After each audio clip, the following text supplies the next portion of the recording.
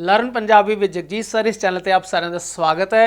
ਅੱਜ ਅਸੀਂ ਇਸ ਕਰਕੇ ਵਿਸ਼ੇਸ਼ ਇਸ ਵੀਡੀਓ ਨੂੰ ਲੈ ਕੇ ਆਏ ਹਾਂ ਕਿਉਂਕਿ ਅੱਜ ਹੀ 10 ਤਰੀਕ 10 ਮਾਰਚ ਨੂੰ 2023 ਨੂੰ ਪੰਜਾਬੀ ਦਾ 12ਵੀਂ ਦਾ CBSE ਦਾ ਐਗਜ਼ਾਮ ਹੋ ਕੇ ਹਟਿਆ ਔਰ ਬੱਚਿਆਂ ਨੂੰ ਜੋ ਬਹੁਤ ਡਰ ਸੀ, ਕਨਫਿਊਜ਼ਨ ਸੀ ਵੀ ਪੇਪਰ ਕਿਸ ਤਰ੍ਹਾਂ ਦਾ ਆਏਗਾ, ਉਸ ਦੀ ਸਾਰੀ ਚਿੰਤਾ, ਸਾਰਾ ਡਰ ਦੂਰ ਹੋ ਗਿਆ ਕਿਉਂਕਿ ਪੇਪਰ ਬੜਾ ਆਸਾਨ ਹੈ। ਜ਼ਿਆਦਾਤਰ ਪੇਪਰ ਜੋ ਹੈ ਉਹ ਤੁਹਾਡੀ ਪੁਸਤਕ ਲਾਜ਼ਮੀ ਪੰਜਾਬੀ ਭਾਗ 12 ਵਿੱਚੋਂ ਹੀ ਆਇਆ।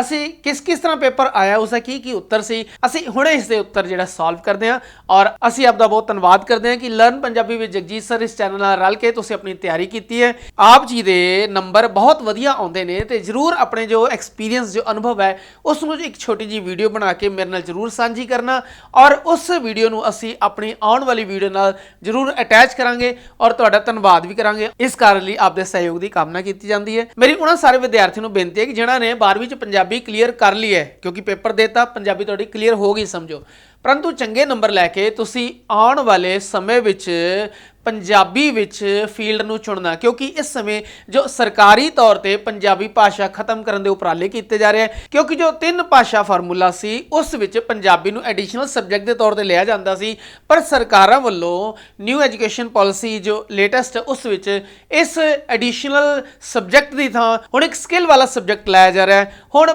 ਪੰਜਾਬੀ, ਉਰਦੂ, ਬੰਗਾਲੀ, ਸੰਸਕ੍ਰਿਤ ਵਰਗੀਆਂ ਜੋ ਪ੍ਰਾਦੇਸ਼ਿਕ ਭਾਸ਼ਾ ਨੇ ਉਹਨਾਂ ਨੂੰ ਰਿਜੈਕਟ ਕਰਕੇ ਹੇਠਾਂ ਕੀਤਾ ਜਾ ਰਿਹਾ ਹੈ। ਇਸ ਸਮੇਂ ਕੋਈ ਵੀ ਪੇਰੈਂਟਸ ਆਪਣੇ ਬੱਚਿਆਂ ਨੂੰ ਐਡੀਸ਼ਨਲ ਤੌਰ ਤੇ ਪੰਜਾਬੀ, ਸੰਸਕ੍ਰਿਤ, ਬਾਂਗਲਾ, ਉਰਦੂ ਜਾਂ ਇਸ ਤਰ੍ਹਾਂ ਦੀ ਹੋਰ ਜੋ ਹਿੰਦੁਸਤਾਨ ਦੀਆਂ ਭਾਸ਼ਾਵਾਂ ਨੇ ਉਹਨਾਂ ਨੂੰ ਲੈਣ ਲਈ ਗੁਰੇਜ਼ ਕਰੇਗਾ। ਇਸ ਤਰ੍ਹਾਂ ਪੰਜਾਬੀ ਵਾਂਗ ਭਾਰਤ ਦੀਆਂ ਹੋਰ ਜੋ ਪ੍ਰਾਦੇਸ਼ਿਕ ਭਾਸ਼ਾ ਨੇ, ਰੀਜਨਲ ਲੈਂਗੁਏਜਸ ਨੇ, ਉਹ ਹੌਲੀ ਹੌਲੀ ਖਤਮ ਹੋ ਜਾਣਗੀਆਂ। ਇਸ ਕਾਰਨ ਲਈ ਤੁਸੀਂ ਆਪਣੇ ਜੀਵਨ ਦੇ ਆਉਣ ਵਾਲੇ ਸਮੇਂ ਵਿੱਚ ਪੰਜਾਬੀ ਤੇ ਇਸ ਤਰ੍ਹਾਂ ਦੀ ਹੋਰ ਭਾਸ਼ਾਵਾਂ ਨੂੰ ਜ਼ਰੂਰ ਸਿੱਖੋ ਔਰ ਪੰਜਾਬੀ ਮਾਂ ਬੋਲੀ ਦੀ ਸੇਵਾ ਕਰਦੇ ਰਹੋ। ਲਓ ਜੀ, ਹੁਣ ਕੁਐਸਚਨ ਪੇਪਰ ਨੂੰ ਅਸੀਂ ਡਿਸਕਸ ਕਰਦੇ ਹਾਂ ਸਕਰੀਨ ਤੇ। ਸੋ ਇਹ ਹੈ ਸਾਡਾ ਪੰਜਾਬੀ ਦਾ ਅੱਜ ਦਾ ਕੁਐਸਚਨ ਪੇਪਰ, ਜਿਸ ਵਿੱਚ ਸੈਟ 4 ਹੈ, ਯਾਨੀ ਸਾਰੇ ਪੇਪਰ ਅੱਜ ਦੇ ਪ੍ਰਸ਼ਨ ਪੱਤਰ ਵਿੱਚ ਸਾਰੇ ਜੋ ਪ੍ਰਸ਼ਨ ਪੱਤਰ ਸੀ ਇੱਕੋ ਸੈਟ ਪੰਜਾਬੀ ਦੇ ਬੱਚਿਆਂ ਨੂੰ ਮਿਲਿਆ ਸੀ। ਤੇ ਹੁਣ ਉਹ ਭਾਗ ਜਿਹੜਾ ਕਿ 7+1 ਯਾਨੀ 8 ਨੰਬਰ ਦਾ ਸੀ ਔਰ ਅਸੀਂ ਪ੍ਰੈਸੀ ਕਰਨਾ, ਸੰਖੇਪ ਕਰਨਾ, ਪੂਰੇ ਦਿੱਤੇ ਗਏ ਪੈਰੇ ਨੂੰ 1/3 ਕਰਕੇ ਉਸ ਦੇ ਸਿਰਲੇਖ ਦੇ ਕੇ ਫਿਰ ਉਸ ਨੂੰ ਛੋਟਾ ਕਰਨਾ। ਜਿਵੇਂ ਕਿ ਇਸ ਵਿੱਚ ਇੱਕ 213 ਯਾਨੀ 213 ਸ਼ਬਦਾਂ ਦਾ ਇੱਕ ਪੈਰਾ ਸੀ ਜਿਸ ਦਾ ਸਿਰਲੇਖ ਹੋ ਸਕਦਾ ਸੀ ਭਾਰਤ ਵਿੱਚ ਅੰਗਰੇਜ਼ੀ ਭਾਸ਼ਾ ਦੀ ਗੁਲਾਮੀ, ਜਾਂ ਫਿਰ ਅੰਗਰੇਜ਼ੀ ਭਾਸ਼ਾ ਦਾ ਭਾਰਤੀ ਮਨਾਂ ਤੇ ਪ੍ਰਭਾਵ, ਜਾਂ ਫਿਰ ਅੰਗਰੇਜ਼ੀ ਮਾਨਸਿਕ ਗੁਲਾਮੀ ਦਾ ਪ੍ਰਤੀਕ। ਇਸ 213 ਸ਼ਬਦਾਂ ਨੂੰ ਤੁਸੀਂ ਲਗਭਗ 70 ਸ਼ਬਦਾਂ ਵਿੱਚ ਕੰਪਲੀਟ ਕਰਨਾ ਸੀ ਜਿਸ ਵਿੱਚ ਪੂਰੇ ਪੈਰੇ ਦੀ ਸਾਰੀ ਗੱਲ ਨੂੰ ਨਿਬੇੜਿਆ ਗਿਆ ਹੋਵੇ। ਸੋ ਇਸ ਤਰ੍ਹਾਂ ਜੋ ਇਸ ਦੀ ਆਪਸ਼ਨ ਸੀ, ਜੋ ਚੋਇਸ ਸੀ ਦੂਸਰਾ ਪੈਰਾ, ਉਸ ਵਿੱਚ ਕੁੱਲ ਮਿਲਾ ਕੇ ਲਗਭਗ 203 ਸ਼ਬਦ ਸੀ। ਜਦੋਂ ਅਸੀਂ 3 ਨਾਲ ਡਿਵਾਈਡ ਕੀਤਾ 67 ਯਾਨੀ 67 ਸ਼ਬਦਾਂ ਦਾ ਬਣਿਆ। ਇਸ ਵਿੱਚ ਜੋ ਇਸ ਦਾ ਸਾਰ ਸੀ ਉਹ ਸੀ ਸਰਬੱਤ ਦੇ ਭਲੇ ਦੀ ਸੋਚ ਜਾਂ ਸੰਤੋਖ ਵਿੱਚ ਖੁਸ਼ਹਾਲੀ, ਪਰੰਤੂ ਸਭ ਤੋਂ ਚੰਗਾ ਸਿਰਲੇਖ ਇਸ ਦੀ ਪਹਿਲੀ ਲਾਈਨ 'ਚ ਦਿਸਦਾ ਹੈ, ਉਹ ਹੈ ਸੱਚੀ ਖੁਸ਼ਹਾਲੀ। ਯਾਨੀ ਕੁੱਲ ਮਿਲਾ ਕੇ 67 ਸ਼ਬਦਾਂ ਵਿੱਚ ਤੁਸੀਂ 1 ਨੰਬਰ ਦਾ ਸੱਚੀ ਖੁਸ਼ਹਾਲੀ ਔਰ ਇਸ ਤੋਂ ਬਾਅਦ ਸਾਰੇ ਪੈਰੇ ਨੂੰ ਤੁਸੀਂ ਸੰਖੇਪ ਕਰਨਾ ਸੀ। ਹੁਣ ਅਸੀਂ ਗੱਲ ਕਰਦੇ ਹਾਂ ਪ੍ਰਭਾਵਸ਼ਾਲੀ ਲਿਖਣ ਕੌਸ਼ਲ ਦੀ। ਇਹ ਜੋ ਦੋਨੋਂ ਕੁਐਸਚਨ ਨੇ ਇਹ ਤੁਹਾਡੀ ਬੁੱਕ ਵਿੱਚੋਂ ਆਏ ਨੇ, ਸੇਮ ਟੂ ਸੇਮ ਆਏ ਨੇ। ਜੋ ਤੁਹਾਡੀ ਬੁੱਕ ਹੈ ਉਸ ਵਿੱਚ ਪੇਜ 98 ਤੇ ਜੋ ਪਹਿਲਾ ਪੱਤਰ ਸੀ ਵੀ ਤੁਸੀਂ ਉੱਚ ਸਿੱਖਿਆ ਪ੍ਰਾਪਤ ਹੋ, ਐਜੂਕੇਟਿਡ ਹੋ, ਆਪਣੀ ਵਿਦਿਅਕ ਯੋਗਤਾ ਤੇ ਸਮਰੱਥਾ ਬਾਰੇ ਦੱਸਦਿਆਂ ਕਿਸੇ ਬੈਂਕ ਤੋਂ ਸਵੈ ਰੁਜ਼ਗਾਰ ਆਰੰਭ ਕਰਨ ਲਈ ਕਰਜ਼ਾ ਮਨਜ਼ੂਰ ਕਰਾਉਣ ਲਈ ਬੈਂਕ ਪ੍ਰਬੰਧਕ ਨੂੰ ਪੱਤਰ ਲਿਖੋ। ਇਸ ਦਾ ਮਤਲਬ ਹੈ ਵੀ ਤੁਸੀਂ ਬੈਂਕ ਕੋਲੋਂ ਲੋਨ ਲੈਣਾ ਹੈ ਕਿਸੇ ਪ੍ਰਕਾਰ ਦੇ ਸਵੈ ਯਾਨੀ ਸੈਲਫ ਐਮਪਲੋਇਮੈਂਟ ਨੂੰ ਸ਼ੁਰੂ ਕਰਨ ਲਈ, ਤੇ ਇਸ ਦਾ ਪੈਟਰਨ ਬਾਰੇ ਤੁਸੀਂ ਜਾਣਦੇ ਸੀ। ਔਰ ਇਹ ਜੋ ਸਾਰੀ ਗੱਲ ਹੈ, ਜੋ ਸਾਰਾ ਪੱਤਰ ਹੈ ਤੁਹਾਡੀ ਬੁੱਕ ਵਿੱਚ ਹੈ ਨਹੀਂ, ਲਾਜ਼ਮੀ ਪੰਜਾਬੀ ਭਾਗ 12 ਵਿੱਚ पेज नंबर 98 ਤੇ ਪਹਿਲੇ ਤੋਂ ਦਿੱਤਾ ਹੈ। ਇਸ ਦੀ ਉਮੀਦ ਨਹੀਂ ਸੀ, ਪਰੰਤੂ CBSE ਨੇ 12ਵੀਂ ਦੇ ਵਿਦਿਆਰਥੀਆਂ ਤੇ ਬੜੀ ਦਇਆ ਕਰਕੇ ਇਸ ਨੂੰ ਇਨ ਵਿਨ ਚੁੱਕ ਕੇ ਦੇ ਦਿੱਤਾ। ਹੁਣ ਜੋ ਦੂਸਰਾ ਚੋਇਸ ਵਿੱਚ ਪੱਤਰ ਹੈ ਉਹ ਪੇਜ ਨੰਬਰ 102 ਤੇ ਤੁਹਾਡੀ ਲਾਜ਼ਮੀ ਪੰਜਾਬੀ ਵਿੱਚ ਜੋ ਚੌਥਾ ਪੱਤਰ ਹੈ ਸੇਮ ਟੂ ਸੇਮ ਦਿੱਤਾ ਹੈ। ਦੁਪਹੀਆ ਯਾਨੀ 2 ਵੀਲਰਸ ਵਾਹਨਾਂ ਦੀ ਮੰਗ ਨੂੰ ਧਿਆਨ ਵਿੱਚ ਰੱਖਦਿਆਂ ਆਟੋਮੋਬਾਈਲ ਕੰਪਨੀ ਸੋਨੀਪਤ ਹਰਿਆਣਾ ਤੋਂ ਏਜੰਸੀ ਲੈਣ ਲਈ ਆਪਣੀ ਵਿਦਿਅਕ ਯੋਗਤਾ ਤੇ ਸਮਰੱਥਾ ਬਾਰੇ ਦੱਸਦਿਆਂ ਪੱਤਰ ਲਿਖੋ। ਇਸ ਵਿੱਚ ਪਹਿਲੇ थले अपना पता यानी ਪ੍ਰੀਖਿਆ ਭਵਨ ਲਿਖਣਾ ਸੀ। ਫਿਰ ਤੁਸੀਂ ਲਿਖਣਾ ਸੀ ਪ੍ਰਬੰਧਕ ਜਾਂ ਮੈਨੇਜਰ, ਫਿਰ ਲਿਖਣਾ ਸੀ ਆਟੋਮੋਬਾਈਲ ਕੰਪਨੀ ਕਿਸੇ ਦਾ ਵੀ ਨਾਮ ਲਿਖ ਕੇ, ਫਿਰ ਸੋਨੀਪਤ ਹਰਿਆਣਾ ਲਿਖਣਾ ਸੀ। ਫਿਰ ਤੁਸੀਂ ਥੱਲੇ ਲਿਖਣਾ ਸੀ ਦੁਪਹੀਆ ਵਾਹਨਾਂ ਦੀ ਮੰਗ ਨੂੰ ਧਿਆਨ ਵਿੱਚ ਰੱਖਦਿਆਂ ਏਜੰਸੀ ਲੈਣ ਲਈ ਬੇਨਤੀ। ਉਸ ਤੋਂ ਬਾਅਦ ਆਪਣੀ ਗੱਲ ਕਰਨੀ ਸੀ, ਆਪਣੀ ਰਿਕੁਆਇਰਮੈਂਟ ਔਰ ਆਪਣੀਆਂ ਯੋਗਤਾਵਾਂ ਯਾਨੀ ਐਲੀਜੀਬਿਲਿਟੀ ਤੁਸੀਂ ਇਹ ਦੱਸਣੀ ਸੀ। ਜਦੋਂ ਅਸੀਂ 10 ਨੰਬਰ ਦੀ ਪੈਰਾ ਰਚਨਾ ਦੀ ਗੱਲ ਕਰਦੇ ਹਾਂ, ਜਿਹੜਾ ਤੁਹਾਡਾ ਪ੍ਰਸ਼ਨ ਨੰਬਰ 3 ਸੀ, ਉਸ ਵਿੱਚ ਕੋਈ ਇੱਕ ਕਰਨਾ ਸੀ। ਔਰ ਮੇਰੇ ਹਿਸਾਬ ਨਾਲ ਜੋ ਨਾਰਮਲ ਬੱਚੇ ਨੇ, ਆਮ ਬੱਚੇ ਨੇ, ਉਹਨਾਂ ਲਈ ਦੋਨੋਂ ਟਾਪਿਕ ਥੋੜੇ ਔਖੇ ਸੀ। ਆਜ਼ਾਦੀ ਦਾ ਅੰਮ੍ਰਿਤ ਮਹਾ ਉਤਸਵ, ਜੋ ਅਸੀਂ ਆਪਣੀ ਆਜ਼ਾਦੀ ਦਾ, ਭਾਰਤ ਦੀ ਆਜ਼ਾਦੀ ਦਾ 75ਵਾਂ ਵਰ੍ਹੇਗੰਢ ਮਨਾ ਰਹੇ, ਉਸ ਉੱਤੇ ਤੁਸੀਂ ਲਿਖਣਾ ਸੀ। ਅਸੀਂ ਇਸ ਵਿੱਚ ਭਾਰਤ ਦੀ ਆਜ਼ਾਦੀ ਦਾ ਜ਼ਿਕਰ ਵੀ ਕਰ ਸਕਦੇ ਸੀ, ਭਾਰਤ ਵਿੱਚ ਨਵੇਂ ਆਏ ਬਦਲਾਵ ਦੀ ਗੱਲ ਕਰ ਸਕਦੇ ਸੀ, ਔਰ ਇਸ ਤੋਂ ਇਲਾਵਾ ਇਸ ਸਮੇਂ ਦੀ ਜੋ ਭਾਰਤ ਸਰਕਾਰ ਨੇ ਆਜ਼ਾਦੀ ਦੇ ਇਸ ਉਤਸਵ ਨੂੰ ਮਨਾਉਣ ਲਈ ਕਿਹੜੇ-ਕਿਹੜੇ ਖੇਤਰਾਂ, ਕਿਹੜੇ-ਕਿਹੜੇ ਰੀਜਨ ਵਿੱਚ ਕੰਮ ਕੀਤੇ ਹੈ, ਔਰ ਭਾਵੇਂ ਉਹ ਧਰਮ ਦਾ ਖੇਤਰ ਹੋਵੇ, ਭਾਵੇਂ ਵਿਕਾਸ ਦਾ ਖੇਤਰ ਹੋਵੇ, ਭਾਵੇਂ ਸੰਦੇ ਯਾਨੀ ਇੰਡਸਟਰੀ ਦਾ ਖੇਤਰ ਹੋਵੇ, ਇਹਨਾਂ ਸਾਰੇ ਵਿੱਚ ਭਾਰਤ ਦੀ ਸਰਕਾਰ ਨੇ ਵਿਸ਼ੇਸ਼ ਟਾਰਗੇਟ ਰੱਖ ਕੇ ਇਸ ਆਜ਼ਾਦੀ ਦੇ ਅੰਮ੍ਰਿਤ ਮਹੋਤਸਵ ਨੂੰ ਮਨਾਇਆ। ਇਸ ਬਾਰੇ ਤੁਸੀਂ ਆਪ ਜਾਣਕਾਰੀ ਇਕੱਠੀ ਕਰਕੇ ਲਿਖਣਾ ਸੀ। ਮੈਨੂੰ ਲੱਗਦਾ ਹੈ ਕਿ ਇਹ ਆਮ ਬੱਚੇ ਲਈ ਥੋੜਾ ਮੁਸ਼ਕਿਲ ਹੋਏਗਾ। ਹਾਂ, ਨਾਰੀ ਸਿੱਖਿਆ ਬਾਰੇ ਨਿਬੰਧ ਸ਼ਾਇਦ ਤੁਸੀਂ ਯਾਦ ਕੀਤਾ ਹੋਵੇ ਵੀ ਇਸਤਰੀ ਤੇ ਉਚੇਰੀ ਵਿਦਿਆ, ਇਹ ਇਸਤਰੀ ਵਿਦਿਆ ਬਾਰੇ ਵੀ ਹੈ। ਹਾਇਰ ਐਜੂਕੇਸ਼ਨ ਅਮੰਗ ਫੀਮੇਲਸ, ਅਸੀਂ ਇਸ ਬਾਰੇ ਵੀ ਲਿਖਣਾ ਸੀ। ਇਹ ਥੋੜਾ ਕੰਪੈਰੀਟਿਵਲੀ ਤੁਲਨਾਤਮਕ ਤੌਰ ਤੇ ਥੋੜਾ ਆਸਾਨ ਸੀ। ਇਸ ਦਾ ਜੋ ਚੌਥਾ ਪ੍ਰਸ਼ਨ ਸੀ ਉਹ ਵਾਕ ਵਟਾਂਦਰੇ ਵਾਲਾ ਸੀ। ਵਾਕ ਵਟਾਂਦਰੇ ਦੇ ਸਾਰੇ ਭੇਦ ਨਹੀਂ ਆਏ, ਸਗੋਂ ਕਰਤਰੀ ਤੋਂ ਕਰਮਣੀ, ਕਰਮਣੀ ਤੋਂ ਕਰਤਰੀ ਆਵਾਜ਼ ਦੇ 2 ਉਦਾਹਰਨ ਦੇ ਦਿੱਤੇ ਗਏ। ਸੰਯੁਕਤ, ਮਿਸ਼ਰਿਤ, ਇਹ ਵਾਲੇ ਭਾਗ ਨਹੀਂ ਆਏ। ਕੋਈ ਗੱਲ ਨਹੀਂ, ਬਹੁਤ ਈਜ਼ੀ ਸੀ। ਮੋਬਾਈਲ ਫੋਨ ਨੀਨਾ ਦੁਆਰਾ, ਜਦੋਂ ਦੁਆਰਾ ਲੱਗਾ ਤਾਂ ਇਹਦਾ ਮਤਲਬ ਇਹ ਕਰਮਣੀ ਵਾਚ ਹੋ ਗਿਆ। ਮੋਬਾਈਲ ਫੋਨ ਨੀਨਾ ਦੁਆਰਾ ਵਰਤਿਆ ਗਿਆ, ਇਹ ਕਰਮਣੀ ਵਾਚ, ਇਸ ਨੂੰ ਕਰਤਰੀ ਵਾਚ ਬਣਾਵਾਂਗੇ, ਯਾਨੀ ਕਰਤਾ ਯਾਨੀ ਨੀਨਾ ਪਹਿਲੇ ਲਗਾਵਾਂਗੇ। ਨੀਨਾ ਨੇ ਮੋਬਾਈਲ ਫੋਨ ਵਰਤਿਆ। ਦੂਸਰਾ ਸੀ ਜਤਿੰਦਰ ਨੇ ਸ਼ਰਬਤ ਪੀਤਾ, ਇਹ ਸਿੰਪਲ ਕਰਤਰੀ ਵਾਚ ਸੀ, ਪਰੰਤੂ ਇਸ ਨੂੰ ਕਰਮਣੀ ਵਾਚ ਬਣਾਉਣਾ ਸੀ। ਕਰਮ ਨੂੰ ਪਹਿਲੇ ਨਹੀਂ, ਸ਼ਰਬਤ ਨੂੰ ਪਹਿਲੇ ਲਿਆਉਣਾ ਸੀ। ਸ਼ਰਬਤ ਜਤਿੰਦਰ ਦੁਆਰਾ ਪੀਤਾ ਗਿਆ। ਹੁਣ ਤੀਸਰਾ ਪ੍ਰਸ਼ਨ ਸੀ ਸਭ ਨਾਲ ਚੰਗਾ ਬੋਲੋ, ਇਸ ਦਾ ਨਾਂਵਵਾਚਕ ਬਣਾਉਣਾ ਸੀ ਸਭ ਨਾਲ ਚੰਗਾ ਨਾ ਬੋਲੋ, ਪਰੰਤੂ ਇਹ ਰੋਂਗ ਹੋ ਗਿਆ। ਇਸ ਦਾ ਬਣੇਗਾ ਕਿਸੇ ਨਾਲ ਬੁਰਾ ਨਾ ਬੋਲੋ। ਸਭ ਨਾਲ ਚੰਗਾ ਬੋਲੋ ਦਾ ਮਤਲਬ ਹੈ ਕਿਸੇ ਨਾਲ ਬੁਰਾ ਨਾ ਬੋਲੋ, ਕਿਉਂਕਿ ਨਾ ਨੂੰ ਨਹੀਂ ਨੂੰ ਯੂਜ਼ ਕਰਨਾ ਸੀ। ਇਹ ਤਾਂ ਬਣਦਾ ਜੇ ਅਸੀਂ ਚੰਗੇ ਨੂੰ ਉਲਟਾ ਕਰ ਦਿੰਦੇ। ਫਿਰ ਚੌਥਾ, ਈਮਾਨਦਾਰ ਆਦਮੀ ਸਦਾ ਪ੍ਰਸ਼ੰਸਾ ਪ੍ਰਾਪਤ ਕਰਦਾ ਹੈ। ਮਿਸ਼ਰਿਤ ਲਿਖਣਾ ਸੀ, ਜੋ ਆਦਮੀ ਈਮਾਨਦਾਰ ਹੁੰਦਾ ਹੈ, ਇਹ ਅਧੂਰਾ ਉਪਵਾਕ ਹੈ। ਉਹ ਸਦਾ ਪ੍ਰਸ਼ੰਸਾ ਪ੍ਰਾਪਤ ਕਰਦਾ ਹੈ, ਇਹ ਪੂਰਾ ਉਪਵਾਕ ਹੈ। ਜਦੋਂ ਅਸੀਂ ਅਧੂਰੇ ਔਰ ਪੂਰੇ ਉਪਵਾਕਾਂ ਨੂੰ ਮਿਲਾਵਾਂਗੇ ਤਾਂ ਮਿਸ਼ਰਿਤ ਵਾਕ ਬਣੇਗਾ। ਪੰਜਵਾਂ ਹੈ ਮੇਰੀ ਇੱਛਾ ਹੈ ਕਿ ਮੈਂ ਪ੍ਰਸਿੱਧ ਹੋਵਾਂ। ਇੱਥੇ ਇੱਛਾ ਲਈ ਆਉਂਦਾ ਹੈ ਕਾਸ਼, ਕਾਸ਼ ਮੈਂ ਵੀ ਪ੍ਰਸਿੱਧ ਹੋਵਾਂ ਜਾਂ ਕਾਸ਼ ਮੈਂ ਵੀ ਪ੍ਰਸਿੱਧ ਹੁੰਦਾ। ਦੋਨਾਂ ਵਿੱਚ ਤੁਸੀਂ ਲਿਖ ਸਕਦੇ ਸੀ। ਇਹ ਸੀ ਸਾਡਾ ਵਿਸਮੈਵਾਚਕ ਵਾਕ। ਇੱਥੇ ਦਿਖਾਈ ਦੇ ਰਿਹਾ ਤੁਹਾਨੂੰ ਪੰਜਵਾਂ ਯਾਨੀ ਅਖੌਤਾਂ ਜਾਂ ਅਖਾਣਾਂ ਬਾਰੇ, ਜਿਸੇ ਤੁਸੀਂ 5 ਕਰਨੀਆਂ ਸੀ, 2-2 ਨੰਬਰ ਦੀਆਂ ਸੀ, ਜਿਸ ਵਿੱਚੋਂ ਤਕਰੀਬਨ ਸਾਰੇ ਹੀ ਤੁਹਾਡੀ ਪੁਸਤਕ ਵਿੱਚੋਂ ਆਏ। ਪੰਜਵਾਂ ਜਿਹੜਾ ਸੀ ਨਵਾਂ 9 ਦਿਨ ਪੁਰਾਣਾ 100 ਦਿਨ, ਮੈਨੂੰ ਪੁਸਤਕ ਵਿੱਚੋਂ ਨਹੀਂ ਲੱਭਾ, ਹੋ ਸਕਦਾ ਤੁਹਾਨੂੰ ਲੱਭ ਜਾਵੇ। ਹੁਣ ਅਸੀਂ ਇੱਕ ਇੱਕ ਕਰਕੇ ਇਹਨਾਂ ਸਾਰਿਆਂ ਦੇ ਅਰਥ ਕਲੀਅਰ ਕਰਦੇ ਹਾਂ। ਵਾਕ ਤੁਸੀਂ ਆਪ ਬਣਾ ਲਏ ਹੋਣਗੇ। 1 ਦਰ ਬੰਦ 100 ਦਰ ਖੁੱਲਾ, ਇਹ ਜੋ ਅਖਾਣਾ ਤੋਂ ਬਾਅਦ ਤੁਹਾਡੀ ਲਾਜ਼ਮੀ ਪੰਜਾਬੀ ਵਿੱਚ ਅਭਿਆਸ ਦਿੱਤੇ ਸੀ, ਉਸ ਵਿੱਚ ਅਭਿਆਸ 6ਵੇਂ ਨੰਬਰ ਤੇ ਸੀ। ਯਾਨੀ ਇੱਕ ਅਸਫਲਤਾ ਤੋਂ ਡਰ ਕੇ ਅਗਲੇ ਯਤਨ ਨਹੀਂ ਛੱਡਣੇ ਚਾਹੀਦੇ। ਉੱਥੇ ਲਿਖਿਆ ਹੈ ਹਮੇਸ਼ਾ ਆਸਵੰਦ ਰਹਿਣ ਦੀ ਨਸੀਹਤ ਦੇਣੀ ਹੋਵੇ ਤਾਂ ਇਹ ਵਰਤਦੇ ਆ 1 ਦਰ ਬੰਦ 100 ਦਰ ਖੁੱਲਾ, ਯਾਨੀ ਇੱਕ ਦਰਵਾਜ਼ਾ ਬੰਦ ਹੋ ਜਾਏ, ਡਰਨਾ ਨਹੀਂ ਚਾਹੀਦਾ, ਅੱਗੇ 100 ਦਰਵਾਜ਼ੇ ਤਾਂ ਖੁੱਲੇ ਪਏ ਨੇ। ਫਿਰ ਦੂਸਰਾ ਸੀ ਅਖਾਣ ਸਾਡਾ ਆਪਣਾ ਮਾਰੇਗਾ ਤਾਂ ਛਾਵਾਂ ਹੀ ਸੁੱਟੇਗਾ। ਅਭਿਆਸ ਵਿੱਚ ਤੀਜਾ ਅਖਾਣ ਹੈ, ਯਾਨੀ ਖੂਨ ਦੇ ਰਿਸ਼ਤੇ ਫਿਰ ਵੀ ਲਿਹਾਜ਼ ਕਰਦੇ ਆ। ਇਸ ਦੇ ਬਾਰੇ ਇਸ ਦੇ ਉੱਤੇ ਇੱਕ ਵਾਕ ਲਿਖਣਾ ਸੀ।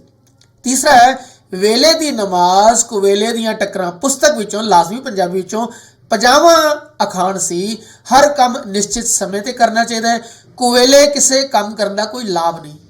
ਫਿਰ ਚੌਥਾ ਅਖਾਣ ਹੈ ਜਿਹੜਾ ਕਿ ਪੁਸਤਕ ਵਿੱਚ 41 ਯਾਨੀ 41ਵਾਂ ਅਖਾਣ ਸੀ ਬਿੱਲੀ ਦੇ ਸਰਾਣੇ ਦੁੱਧ ਨਹੀਂ ਜੰਮਦਾ, ਯਾਨੀ ਲਾਲਚੀ ਔਰ ਧੋਖੇਬਾਜ਼ ਬੰਦੇ ਨੂੰ ਕੋਈ ਜ਼ਿੰਮੇਵਾਰੀ ਨਹੀਂ ਦੇਣੀ ਚਾਹੀਦੀ, ਉਹ ਪੁੱਗਦੀ ਨਹੀਂ ਹੈ।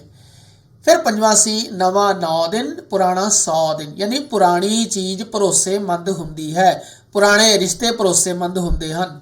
ਫਿਰ 6ਵਾਂ ਲਾਸਟ ਸੀ ਜੋ ਤੁਹਾਡੀ ਪੁਸਤਕ ਵਿੱਚ 40ਵਾਂ ਅਖਾਣ ਹੈ ਬੇਗਾਨਾ ਮਹਿਲ ਵੇਖ ਕੇ ਆਪਣੀ ਕੁੱਲੀ ਨਹੀਂ ਢਾਈਦੀ, ਆਪਣੀ ਝੋਂਪੜੀ ਨਹੀਂ ਢਾਈਦੀ। ਇਸ ਦਾ ਮਤਲਬ ਕਿਸੇ ਦੀ ਅਮੀਰੀ ਵੇਖ ਕੇ ਰੀਸ ਨਹੀਂ ਕਰੀਦੀ, ਜਾਂ ਫਿਰ ਕਿਸੇ ਦੀ ਖੁਸ਼ਹਾਲੀ ਵੇਖ ਕੇ ਆਪਣੇ ਬਾਰੇ ਝੂਰੀ ਦਾ ਨਹੀਂ, ਦੁਖੀ ਨਹੀਂ ਹੋਈਦਾ। ਹੁਣ ਅਸੀਂ ਆਉਂਦੇ ਹਾਂ 6ਵੇਂ ਪ੍ਰਸ਼ਨ ਬਾਰੇ। ਪ੍ਰਸੰਗ ਸਹਿਤ ਵਿਆਖਿਆ 3 ਨੰਬਰ ਦਾ ਪ੍ਰਸੰਗ ਸੀ और 5 नंबर की व्याख्या, कुल मिला के 8 नंबर। जो पहली कविता है, छेती छेती करी मैं तो जाना बड़ी दूर नहीं, जिथे मेरे हानियां दा तुर गया पूर नहीं। जो असीं इसनूं पढ़िया, पढ़ते ही पता लग गया भी शिव कुमार बटालवी की लिखी कविता उसका अंश है। सो सानूं प्रसंग लिखना सी। यह काव्य सतरां साडी पाठ पुस्तक लाजमी पंजाबी भाग 12 च ली गई है और जिस दा सिरलेख है गीत, जिसे कवि ने शिव कुमार, जिस विचों पट्ठी वाली नूं अपने दाणे छेती भुन्नण वाले शब्दां नाल अपने दुखां नूं होर वधाउण दी गल करदा है। फिर व्याख्या च लिखांगे भी इस सत्तर विच शिव कुमार बटालवी पट्ठी वाली नूं बेनती करता है कि मेरे दुखां दे दाणे छेती भुनदे, क्योंकि मेरा राह बड़ा लंबा है, मैं बड़ी दूर जाना है। मेरे साथी भी उस राह ते तुर गए ने और उस पिंड दा राह बड़ा माड़ा, बड़ा मंदा है, उस ते चलना बड़ा औखा है। इस करके मेरा पीड़ां दा परागा, पीड़ां दे दाणे तू छेती भुनदे। इस दा मतलब है भी उस दा जीवन दा अंत समा नेड़े आ गया, उस दे साथी उस रस्ते ते जा चुके ने और अपने दुखां नूं होर वधा के वो छेती तो छेती मर जाना चाहता है। इस तरह तुसीं इसका व्याख्या या भाव लिख सकते सी। फिर तुहाडी चॉइस सी तक तक कसब हुनर मुगलां दा हैरत वधदी जावे, शाहजहां दे सोहज स्वाद नूं लू लू प्यास लावे, एने नूं गुंबद दा अंडा टोटे टोटे होया, चीकां कूकां ते फरियादां जां अंबर नूं छुया। फिर प्रसंग लिखना सी। यह काव्य सतरां साडी पंजाबी पुस्तक लाजमी पंजाबी भाग 12 च ले गए हैं, जिससे कवि प्रोफैसर मोहन सिंह ने और कविता का सिरलेख है ताजमहल, जिस विच कवि ने ताजमहल की सुंदरता और उस पिछे छुपे हुए जुलम ते कोहज का बयान इक्को थां कीता है। फिर असीं लिखांगे पहली नज़रे कवि ताजमहल की सुंदरता नूं वेख के उस दी सुंदरता और मुगलों की कला और हुनर नूं देख के मनो प्रशंसा करता है। वह बादशाह शाहजहां की तारीफ करता है, परंतु छेती ही उसकी कल्पना विच इस दी असलीयत उगड़ जाती है। उसनूं लगता है कि इस सुंदर गुंबद के टुकड़े हो गए ने, जिस विचों हज़ारां मजदूर मजदूरियां दीयां चीकां कूकां फरियादां दा शोर आकाश तक पहुंच गया है। यानी इस लिख सकते सी भी इस सुंदर ताजमहल के पिछे काम करती या इस दी पिठ भूमि विच पे जुलम की कहानी नूं कवि ने बयान किया है। सो यह प्रसंग सहित व्याख्या तुसीं जरूर चंगी तरह की होएगी। हुण असीं वधदे हां अगले क्वेश्चन वाल। सो पेज नंबर 5 ते 7वां क्वेश्चन है और बहुविकल्पी MCQ सी। यह भी तुहाडी पुस्तक विचों सी। इत्थे उपर लिखिआ कसब। प्रश्न है कसब शब्द का की अर्थ है, उत्ते भी दिता जा चुका है। तक तक कसब हुनर मुगलों दा हैरत वधदी जावे, कि मुगलों की मेहनत देख के हैरान हो रहा सी, कि मुफ्त च काम कराया वगार करे तां हैरान हो रहा सी, उसकी सुंदरता देख के हैरान हो रहा सी, नहीं वो उसकी कारीगरी यानी बी ठीक सी, उसकी कसब यानी कारीगरी देख के हैरान हो रहा सी। दूसरा प्रश्न है लहू किस ते लगा सी। तुहाडी पुस्तक विच चुम चुम रखो कविता विच लिखा है लगे हुए काठी उत्ते लहू ने दसिया, माए तेरा जोड़ा दादे कोल जा है वसिया। लहू लगा सी, किरपान ते रौंग है, फुल्लां ते लगा सी रौंग है, कलगी ते लगा सी, कलगी तां दादी जी कोल सी, परंतु इत्थे लिखिआ काठी उत्ते लगे हुए काठी उत्ते लहू ने दसिया, यानी लहू काठी ते लगा सी, बी ठीक है। हुण पेज नंबर 6 तीसरा प्रश्न है लुड्डण ने की रोड़ दिता। असी वारिस शाह कविता पढ़ी, अमृता प्रीतम नूं पढ़िया, उत्थे लिखिआ सी सणे सेज दे बेड़ियां लुड्डण दित्ती रोड़। लुड्डण सी ओ मलाह जिसने हीर दी बेड़ी नूं शिंगारिया सी। इसका मतलब है लुड्डण ने बेड़ियां नूं रोड़ दिता, पानी नहीं रोड़िया, दुध नहीं रोड़िया, लस्सी नहीं रोड़ी, उसने बेड़ियां रोड़ दित्तियां। चौथा प्रश्न है मशक्कत का की अर्थ है। यह मेरा बचपन कविता हरभजन सिंह की लिखी हुई विचों है, जिस दे विच लिखिआ सी मां मेरी दी सगल मशक्कत नीवी नज़र सदा शर्मावे। मां बहुत मेहनत करती सी पर मेहनत के दौरान अपनियां नीवियां नज़रां रखती सी लोकां दीयां मैलियां नज़रां तो बचण लई। हुण मशक्कत का मतलब मुश्किल नहीं, कोशिश नहीं, हमला भी नहीं, सगों सी है मेहनत। मेहनत मुशक्कत करना मेहनत। हुण साडे कोल 8वां प्रश्न है कहानियां विचों। पहला प्रश्न है ऑप्शन विच सांझ कहानी के उद्देश बारे लिखो। असीं लिखांगे भी सांझ कहानी सुजान सिंह की लिखी हुई एक समकाली स्थितियां नूं प्रभावशाली ढंग नाल बयान करने वाली एक सुंदर कहानी है, जिस विच इक्को वर्गी मानसिकता वाले दो पात्रां का जिक्र किया। एक तो प्रोफैसर है, पढ़िया लिखिया परंतु गरीब है, दूजे पासे लाल चीरे वाला किसान वर्गा लगन वाला एक नौजवान है जो गरीब है और मजबूर हालकार है। दोनों च हमदर्दी की सांझ है। ਦੋਨਾਂ ਦੀ ਕੀ ਮਜਬੂਰੀ ਹੈ ਕਿ ਉਹ ਚਾਹੁੰਦੇ ਹੋਏ ਵੀ ਮਾਈ ਦੀ ਮਦਦ ਕਰਨ ਲਈ ਅੱਗੇ ਨਹੀਂ ਆ ਸਕਦੇ, ਪਰੰਤੂ ਕਿਉਂਕਿ ਉਹਨਾਂ ਵਿੱਚ ਹਮਦਰਦੀ ਹੈ ਮਨੁੱਖਤਾ ਲਈ, ਇਸ ਕਰਕੇ ਨੌਜਵਾਨ ਕਾਹਲੀ ਨਾਲ ਅਨਸੁਣੀ ਗੱਲ ਕਰਕੇ ਉਹ ਚਲਾ ਜਾਂਦਾ, ਪਰੰਤੂ ਛੇਤੀ ਕੰਮ ਨਿਪਟਾ ਕੇ ਉਹ ਮਾਈ ਦੀ ਮਦਦ ਲਈ ਆ ਬੋੜਦਾ। ਦੂਜੇ ਪਾਸੇ ਨਾ ਚਾਹੁੰਦੇ ਹੋਏ ਵੀ ਜੋ ML ਮਲਹੋਤਰਾ ਹੈ ਮਾਈ ਨੂੰ ਆਪਣੀ ਸਾਈਕਲ ਤੇ ਬਿਠਾ ਕੇ ਸ਼ਹਿਰ ਤੱਕ ਛੱਡ ਦਿੰਦਾ ਹੈ। ਅੱਗੇ ਉਸਦਾ ਪਿੰਡ ਸਹੇੜਾ, ਉੱਥੇ ਤੱਕ ਨੌਜਵਾਨ ਉਸ ਨੂੰ ਛੱਡ ਕੇ ਜਾਂਦਾ। ਦਰਅਸਲ ਉਹਨਾਂ ਦੋਹਾਂ ਨੂੰ ਆਪਣੀ ਆਪਣੀ ਹੱਦ ਦੀ ਸਮਝ ਹੈ ਔਰ ਆਪਣੀ ਹੱਦ ਵਿੱਚ ਰਹਿ ਕੇ ਆਪਣੀ ਗਰੀਬੀ, ਆਪਣੀ ਮਜਬੂਰੀ, ਆਪਣੀ ਇੱਕੋ ਵਰਗੀ ਮਾਨਸਿਕਤਾ ਵਿੱਚ ਰਹਿ ਕੇ ਉਹ ਮਾਈ ਦੀ ਮਦਦ ਕਰਦੇ ਹਨ। ਇਹ ਸਾਂਝ ਹੈ ਦੋਨਾਂ ਦੇ ਵਿੱਚ, ਯਾਨੀ परिस्थितियां ਨੂੰ, ਕਿਹੜੀਆਂ परिस्थितियां? ਗਰੀਬੀ, ਮਜਬੂਰੀ ਔਰ ਗੁਣ ਹੈ ਹਮਦਰਦੀ ਔਰ ਕਿਸੇ ਦੇ ਕੰਮ ਆਉਣਾ। ਆਪਸ਼ਨ ਵਿੱਚ ਦੂਜੀ ਕਹਾਣੀ ਦਾ ਪ੍ਰਸ਼ਨ ਹੈ, ਨੀਲੀ ਕਹਾਣੀ ਵਿੱਚ ਪਸ਼ੂਆਂ ਦੇ ਮਨੋਭਾਵਾਂ ਨੂੰ ਕਿਵੇਂ ਬਿਆਨ ਕੀਤਾ ਹੈ?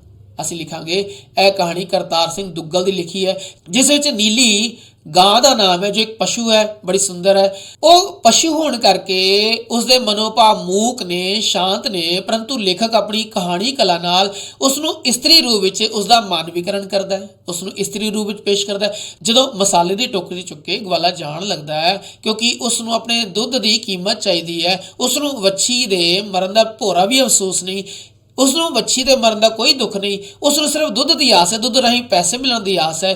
ਪਰੰਤੂ ਐਸੀ ਹਾਲਤ ਵਿੱਚ ਜੋ ਨੀਲੀ ਹੈ ਉਸ ਨੂੰ ਅੜਿੰਗ ਕੇ ਦਰਵਾਜ਼ੇ ਕੋਲ ਆ ਕੇ ਪੁਕਾਰ ਕਰਦੀ ਹੈ ਔਰ ਮੰਨ ਲਓ ਇਸ ਤਰ੍ਹਾਂ ਕਹਿ ਰਹੀ ਹੈ, ਮੈਨੂੰ ਦੁੱਖ ਹੈ, ਮੈਂ ਦੁੱਧ ਨਹੀਂ ਦੇ ਸਕਦੀ, ਪਰ ਤੂੰ ਕੁਝ ਦਿਨ ਸਬਰ ਰੱਖ, ਦੁੱਧ ਮੈਂ ਕੀ ਕਰਾਂਗੀ, ਮੈਂ ਦੁੱਧ ਦੇਵਾਂਗੀ ਪਰ ਸਬਰ ਕਰ, ਮੈਨੂੰ ਭੁੱਖੀ ਨਾ ਮਾਰ, ਮੈਨੂੰ ਪੂਰਾ ਭੋਜਨ ਦੇ। ਇਸ ਤਰ੍ਹਾਂ ਕਹਾਣੀਕਾਰ ਦੁੱਗਲ ਨੇ ਨੀਲੀ ਕਹਾਣੀ ਰਾਹੀਂ ਪਸ਼ੂਆਂ ਦੇ ਮਨੋਭਾਵਾਂ ਨੂੰ ਮਨੁੱਖ ਦੇ ਮਨੋਭਾਵਾਂ ਨਾਲ ਮੇਲ ਕੇ ਪੇਸ਼ ਕੀਤਾ ਹੈ। ਫਿਰ ਇਹਨਾਂ ਕਹਾਣੀਆਂ ਵਿੱਚੋਂ 9ਵੇਂ ਪ੍ਰਸ਼ਨ ਵਿੱਚ MCQ ਸੀ 4 ਨੰਬਰ ਦੇ। ਪਹਿਲੀ ਹੈ, ਮਾਈ ਦੀ ਸੁੱਥਣ ਨੂੰ ਕਿਹੋ ਜੀਆਂ ਟਾਕੀਆਂ ਲੱਗੀਆਂ ਸੀ? ਗੋਲ ਟਾਕੀਆਂ ਕੱਟ ਕੇ ਲਾਈਆਂ ਸੀ, ਤਿਕੋਨੀਆਂ ਲਾਈਆਂ ਸੀ, ਕਢਾਈ ਵਾਲੀ ਲਾਈਆਂ ਸੀ। ਪਰੰਤੂ ਜਦੋਂ ਅਸੀਂ ਪੇਜ ਨੰਬਰ 214 ਲਾਜ਼ਮੀ ਪੰਜਾਬੀ ਵਿੱਚ ਪੜ੍ਹਿਆ, ਲਿਖਿਆ ਹੈ, ਉਸ ਦੀ ਕਾਲੀ ਗੰਦੀ ਸੁੱਥਣ ਨੂੰ 100 ਕੁ ਰੰਗ ਬਿਰੰਗੀਆਂ ਟਾਕੀਆਂ ਲੱਗੀਆਂ ਹੋਈਆਂ ਸਨ, ਯਾਨੀ ਡੀ ਰੰਗ ਬਿਰੰਗੀਆਂ। 9ਵੇਂ ਦਾ ਸੈਕਿੰਡ ਪਾਰਟ ਹੈ, ਮਾੜਾ ਬੰਦਾ ਕਹਾਣੀ ਵਿਚਲਾ ਲੇਖਕ ਪਾਤਰ ਕੀ ਲਿਖ ਕੇ ਪੂਰਾ ਕਰਨ ਦਾ ਯਤਨ ਕਰ ਰਿਹਾ ਸੀ? ਉਹ ਦਰਅਸਲ ਚਿੱਠੀ ਲਿਖ ਰਿਹਾ ਸੀ, ਯਾਨੀ ਇਹ ਠੀਕ ਹੈ। ਭੂਆ ਦੇ ਪੁੱਤ ਨੂੰ ਜੋ ਜੰਗਲਾਤ ਵਿਭਾਗ ਵਿੱਚ ਅਫਸਰ ਸੀ, ਜਿਸ ਕੋਲ ਉਸਨੇ ਫਰਨੀਚਰ ਮੰਗਾਉਣਾ ਸੀ, ਇਹਨੇ ਚਿੱਠੀ ਵਿੱਚ ਉਹ ਫਰਨੀਚਰ ਦੀ ਮੰਗ ਕਰ ਰਿਹਾ ਸੀ। ਤੀਸਰਾ ਪ੍ਰਸ਼ਨ ਹੈ, ਇਤਿਹਾਸਕ ਗੁਰਦੁਆਰੇ ਕੋਲ ਸਵਾਰੀਆਂ ਕਿਸ ਦਾ ਇੰਤਜ਼ਾਰ ਕਰ ਰਹੀਆਂ ਸੀ? ਤੁਹਾਡੀ ਪੁਸਤਕ ਵਿੱਚ ਪੇਜ 210 ਦੇ ਸੈਕਿੰਡ ਪੈਰੇ ਵਿੱਚ ਲਿਖਿਆ ਹੈ ਵੀ ਉਹ ਬੱਸ ਦਾ ਇੰਤਜ਼ਾਰ ਕਰ ਰਹੀ ਸੀ, ਬੱਸ ਦਾ। ਇਹ ਠੀਕ ਹੈ ਵੀ ਉਹ ਆਪਸ ਵਿੱਚ ਗੱਲਾਂ ਵੀ ਕਰ ਰਹੇ ਸੀ ਔਰ ਬੱਸ ਦਾ ਇੰਤਜ਼ਾਰ ਵੀ ਕਰ ਰਹੇ ਸੀ। ਹੁਣ ਲਾਸਟ ਹੈ ਚੌਥਾ, ਜੀਤੋ ਕਿਹੜੀ ਕਹਾਣੀ ਦੀ ਪਾਤਰ ਹੈ? ਉਹ ਹੈ A, ਘਰ ਜਾ ਆਪਣੇ। ਫਿਰ ਅਸੀਂ ਪਹੁੰਚੇ 10ਵੇਂ ਪ੍ਰਸ਼ਨ ਤੇ, ਜਿਸ ਵਿੱਚ ਕਹਾਣੀਆਂ ਵਿੱਚੋਂ 3 ਪ੍ਰਸ਼ਨ ਕਰਨੇ ਸੀ, 4 ਦਿੱਤੇ ਹੋਏ ਸੀ, 25 ਤੋਂ 30 ਸ਼ਬਦਾਂ ਵਿੱਚ ਕਰਨੇ ਸੀ। ਸੋ ਪਹਿਲਾ ਪ੍ਰਸ਼ਨ ਹੈ, ਸਾਂਝ ਕਹਾਣੀ ਵਿੱਚ ਕਿਹੜੀ ਸਾਂਝ ਬਾਰੇ ਜ਼ਿਕਰ ਅਸੀਂ ਹੁਣੀ ਗੱਲ ਕੀਤੀ।